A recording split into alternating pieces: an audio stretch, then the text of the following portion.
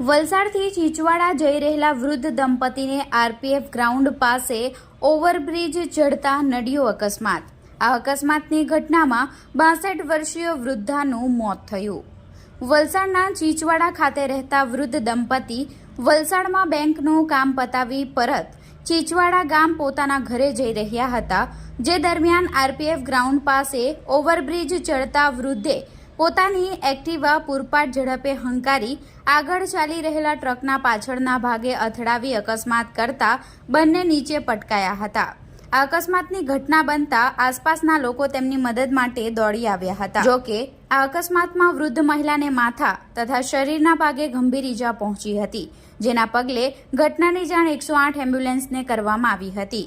Call મળતા જ 108 એમ્બ્યુલન્સની team ઘટના સ્થળે પહોંચી ઈજાગ્રસ્ત વૃદ્ધાને વલસાડની સિવિલ હોસ્પિટલમાં સારવાર માટે ખસેડાયા હતા, પરંતુ સારવાર દરમિયાન ફરજ પરના તબીબોએ તેમને મૃત જાહેર કર્યું હતું। વલસાડ સિટી પોલીસે અકસ્માત મોતનો ફરિયાદ લઈ આગળની કાર્યવાહી હાથ ધરી છે।